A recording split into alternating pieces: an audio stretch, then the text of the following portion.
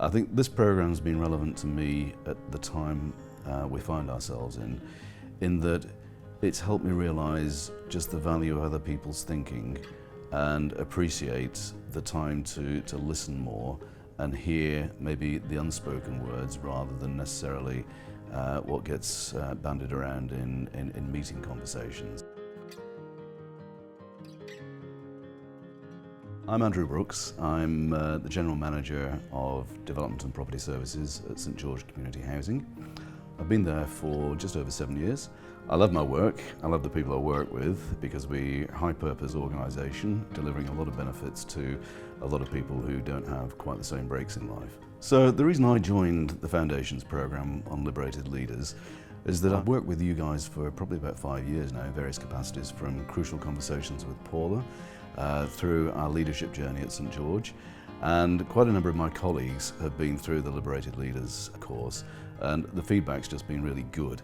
So the big pluses for me in this programme, which I can really sort of point to particularly this year, were around realising that my role is more of a leader than a doer.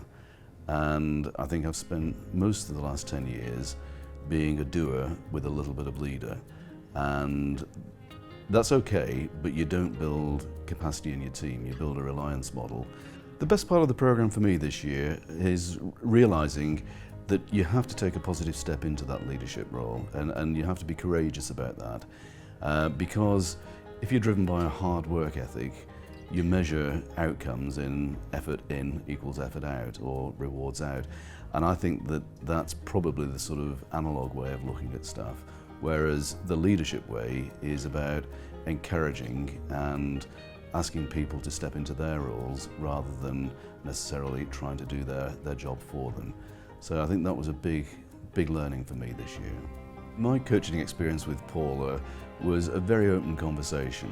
We had some agendas to start with, but it really was a progress check-in as to how life was changing for me. And we covered a lot of topics, and I think that was the value for me, was that Paula let it run at a rhythm and pace that I was comfortable with, rather than to a too structured format, and it becomes a little bit of a prompt quote. So there were some really good insights right at the outset, because the outset really coincided with the start of the COVID pandemic, and it was kind of like we're all trying to find our new feet. And I think it was really valuable to be able to have a sounding board in the form of Paula to say, I don't know what I'm going to do next, but I think what I should do is be a bit more long range in my outlook so that we look beyond what the immediate panic version is. And that was a really grounding experience to be able to have those conversations with Paula at a time when it really looked like there was a huge amount of uncertainty around.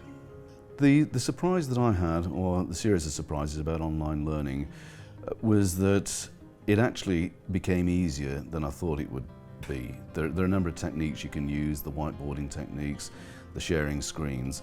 I think the technology was just right for the times that we found ourselves in. So looking back, the way I'd say that my leadership style has changed, not just this year, but really as a function of the 4 or 5 years I've been working with you guys, I've just learned to be a softer leader.